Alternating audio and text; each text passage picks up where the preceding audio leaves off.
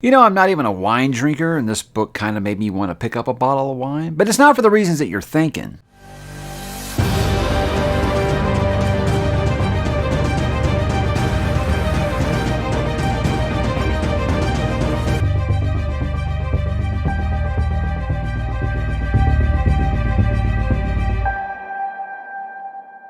Hey, what's up, bookworms? Mike back with another review today, and today, guys, we're dipping into book one of The Last Legacy. This is the Silverblood Promise by James Logan, a book I hadn't even heard of about a month ago, and now it is everywhere, and I had a lot of people wanting me to go ahead and pick it up. Well, I was sent a free copy in exchange for an honest review by Tor themselves. I want to thank them for doing that, and that is what I am doing today. So this one first got on my radar, honestly, from John Gwynne. John Gwynne was hyping it up, and it turns out this gentleman, James Logan, used to be John Gwynne's editor at Orbit. So I feel like it kind of came out of nowhere, but the more I did a little bit of digging, it seems like this one has been highly anticipated for a while. So that's going to happen sometimes. You have a book that you don't really know much about, and it just kind of comes out of nowhere, and everyone is talking about it. But in case you haven't heard, guys, what is the Silverblood Promise about? Well, Lucan Gardova is a card sharp academy dropout, and thanks to a duel that ended badly,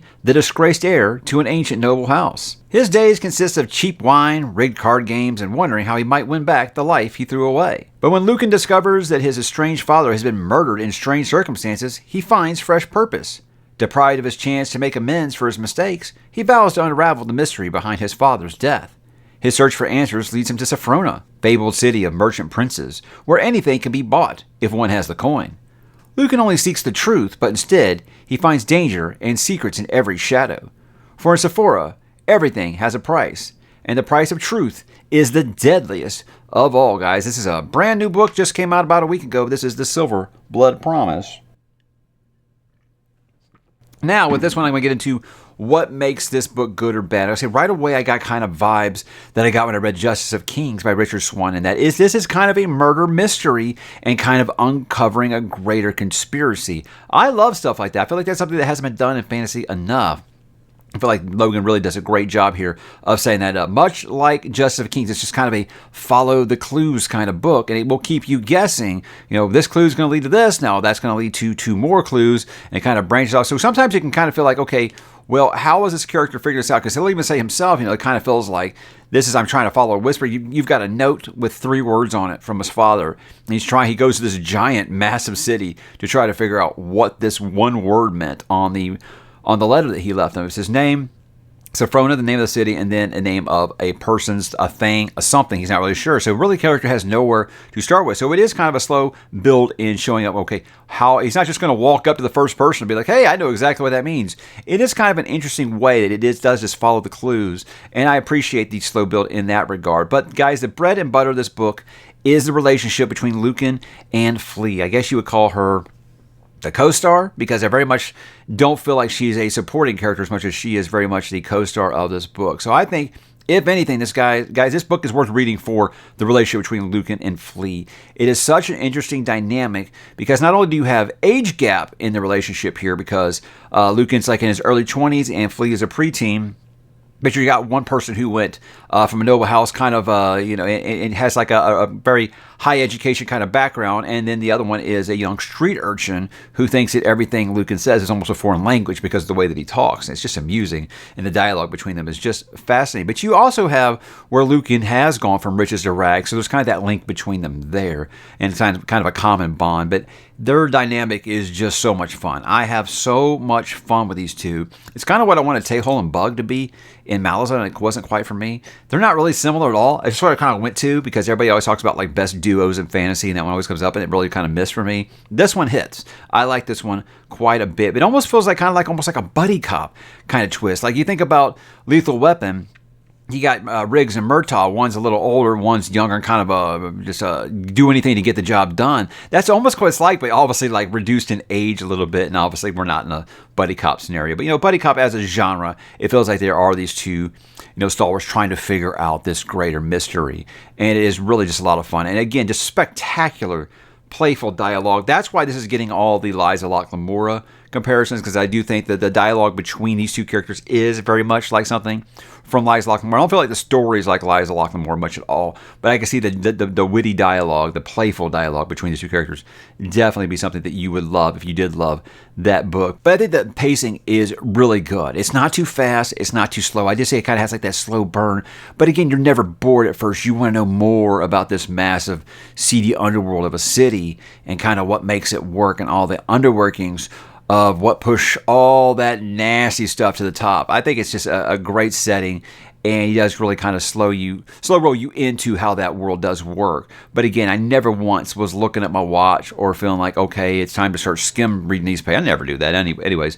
But I'm just saying that I never felt like that is what people were going to want to do, because I felt like it was perfectly plotted and I was never bored. And that's the highest compliment I can give. But a lot of things about this, I would say, people have been asking me a lot, is this grimdark? I don't think it's grimdark. Like, I feel like Saphrona could be a city that's in something that takes place like the First Law, and there's a lot of violence and things like that, but it never feels hopeless. You know, it feels serious, but it's also fun. I never feel like our characters are just dirtbags, whereas I feel like Lucan and Flea, hearts of gold. You know, they want to do the right thing. There's several times in this where Lucan could have took it the sleazy way, or the way that benefits number one himself, and he does it. He wants to, do the right thing. He wants to make right. And I think that's what, I wouldn't call this a grimdark story. It's an adult fantasy. It's got a little bit of swearing, not a ton. It's got violence and things like that. And it has, adult themes, I think. You're going to get a lot of that. But again, this definitely not, don't go into this hoping for grimdark. I would definitely say it's probably just a notch above, like Brandon Sanderson. I feel like it's some closer like a John Gwynne. I think you would say it was something like that, where you have, violent things going on, but he's not showing you exactly all the inner workings of what's inside the body when it's cut open, So I think you'll be okay there. But I love the layers with Lucan that's kind of being peeled back about his past. And now you get to know about several things. You still got lots of questions, though. And I don't feel like it's in a way that like, oh, this book feels directionless because you never learn anything. To me, I feel like this almost could be a standalone if you wanted to. You're not going to get every answer, but you feel like you get to know enough to where it could be standalone-ish. To me, it never really feels just like a book one. I mean, obviously there is like a bigger thing that I wish that would have gotten more direction on, and I would be upset if it was a standalone, and I'll get that in a minute. But I do like all these layers of Lucan's past, and you know some things, but you don't know everything. And I feel like every revelation leads to two more questions. And that's not just with Lucan's past. That's with what's going on in the book here. Every time you find a clue, it leads to two other things. And one is, okay, this branches to the path about what happened to my dad. And this one is about, okay, well, this is about some dirty things that are going on in the city. And I feel like I should help out because I don't want this city to just kind of become worse than it is. But I like that Lucan isn't Billy Badass. He's not helpless. He's a good sword fighter, things like that. He's obviously had that kind of upbringing in a noble house. Obviously, you learn how to fight and stuff. So he's not a pushover, but he's also not like, again, the guy who's just going to show up and whoop everybody's ass or whatever. He saves people. He gets saved, things like that. It feels like a nice working tandem. So the power levels are appropriate. I do feel like the magic-ish is kind of questionable in this. Don't really know much about it, so it's very, very soft because there isn't really much explained there, but again, I'm okay with that. But I like that Lucan isn't just there to save Flea. I like that a lot. So like I said, I feel like he saves Flea, Flea saves him. It all kind of works around. There's other characters besides just these two, and I feel like it's nice balance of power between all the characters very well. No one's too OP, no one's a weakling, no one needs to be saved, no one's there just to be a plot device in that regard. So again, I feel like it's a team effort here. I feel like they're good, but kind of underdeveloped villains. You learn about this kind of mysterious, ancient, mythical, evil kind of thing. And those characters are very interesting. But like the actual main villain of this book, like when you're having like that big revelation chapter where you find out like what all the baddies are plotting, like 3/4 of the characters in the room, I was like, I'm not quite sure who these people are right now. So that might have been me. I might have just missed some things. But I feel like they might have been a little underdeveloped in that regard. But, it might have just been the way that was meant to be written. It's just like, hey, these guys are bad. Here they are. You've just discovered this on your own. But to me, I felt like that was kind of a bad thing. And let's go ahead and let's get some things that didn't really work for me. And I don't want to say these are necessarily bad, but these are some things that kind of stuck with me, and they might be a problem for you. It can feel kind of fetch questy. And I think when I was talking to Philip recently, what I told him was I felt like this was a 1990s Squaresoft Super Nintendo RPG. Okay, go here and meet this person. Now go to this city and meet this person. Now go to here and get this note. Now get this note and go get this item. Now get this item and take it to this person. This person will help you until you do this. So do this for them. And then, again, I feel like that's just quest fantasy. That's going to happen. But it can sometimes feel like, okay, this is feeling very much like a video game plot. And it wasn't bad. It wasn't bad, but at times you'll wonder, where are things going here? I feel like I've got to go help this cook get his spatula so he'll make something for me to give to this one person. That's where it can kind of feel like sometimes. But again, I never feel like it was just the point of getting exhausted. But you might feel like it is kind of fetch questy. There's a high stakes like D&D game in the middle of this that to me felt like he was trying to establish his world a little bit. I don't know. It feels like trying to play Gwent in The Witcher. It was just like, is it fun? Sure. Did it need to be there? Does the story change at all without it there? Not really. But again, I think that's because the magic maybe wasn't explained as much as I wanted, and I feel like that game just wasn't as cool as it tried to come off as. So to me, I feel like sometimes you'll want to strangle Lucan, kind of in that Fitz chivalry farcier kind of way from Realm of the Eldlings, where you love the protagonist, but you're just like, quit making bad choices. I feel like you'll want to do that several times. I feel like Lucan really gets himself in trouble when he didn't need to. And again, that's just when you're dealing with a young protagonist. These things are going to happen. And we are dealing with one who isn't always the smartest one in the room, which is something I actually prefer. That's going to happen sometimes. So, lovable protagonist, but a couple times you will just be like, you are with your kids, just want to smack them around a little bit. But I do think it does leave you with some unanswered questions. And I think that's kind of my biggest problem with this book is, okay, we're going to go on this quest to find out what happened to my father. And then about halfway through, you just kind of like stop doing that. You're like, no, I need to save this city. And we still don't know what's going on with the father. So again, this is the first book in a series. Obviously, that is the main plot, and this is kind of the first level, I guess you'd say. But that was something about like some people might have an issue with that, and that kind of bothered me a little bit. So yeah, that might be something that does bug people just a little bit. But why should you read it, guys? I think it's much better than a lot of book ones I've read lately in modern fantasy. I do think it's there. I never really felt like it was a waste of my time to read it. I enjoyed my time with it, but I also don't feel like it's anything that's going to blow you away. I feel like it's nothing that you're like, okay, I've got to break my TBR for it right now. No, it's a perfectly adequate book one. It really, really is. And I don't feel like it's going to do anything special that makes you feel like, oh, this is the next great modern fantasy series. But I think the dialogue is terrific. The setting is intriguing. The main duo is just magnetic. And I think that makes it all worthwhile. So you like a Michael J. Sullivan's writer, and you love Royce and Hadrian, I think you'll get kind of similar vibe, and just you love this duo, and you just want to hang out with them and hear them converse back and forth. So you like the gap friendship, kind of different walks of life, kind of forced to work together and growing to be great companions. I think that's something, again, I'll call it the lethal weapon formula. I think that's something you'll definitely be into. Fans of Scott Lynch, obviously, Joe Abercrombie. The video game Dishonored, Richard Swan actually brought this one up, that he got a lot of Dishonored, and I was like, yes, that's exactly what I was looking for. Saphrona does feel very much like the same setting in the video game Dishonored, so if you played that at all, I think you'll slip right in. And in the end, I think it's worth helping out a debut author, kind of find an audience.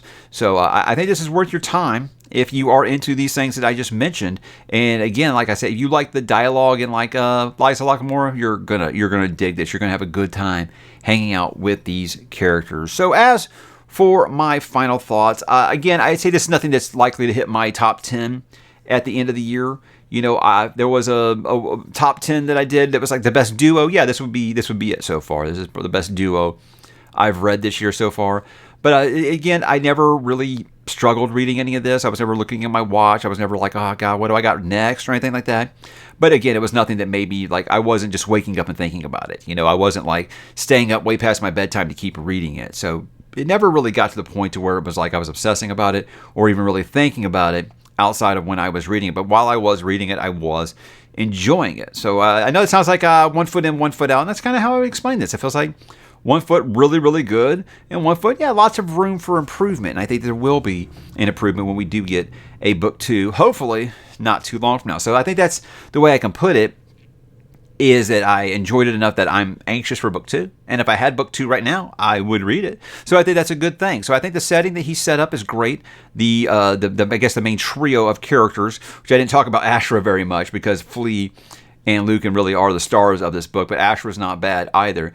And I think they've kind of set up that group who are going on the main quest now. So this does very much feel like, okay, here's the main quest up here, and we're going to kind of do a side quest for this first book, build some experience for our characters before they go do the thing. I kind of feel like that's where it was. So I just wanted to read more of Lucan and Flea just kind of bullshitting back and forth and kind of busting each other's chops, talking about history of the city and stuff like that. I love that, and just insulting one another. It's a lot of fun. It really, really is. So I think if you're looking for just some witty dialogue and just some fun fetch quest kind of fantasy, I think you'll have a good time with it. So yes, if you have it on your list to read, yeah, I say do it. If you have a mountain of stuff you want to read before it, I don't say you've got to put this one straight to the top. But yeah, it's definitely worth your time, and I hope that makes sense to you, and I'm looking forward to seeing what book number 2 does bring. So guys, have you read the Silverblood Promise? I would love to hear what you think. Drop in the comments, guys, and let me know what you think's going to happen in book number 2, because I have lots of theories myself. So drop in the comments, guys, and I will talk to you there.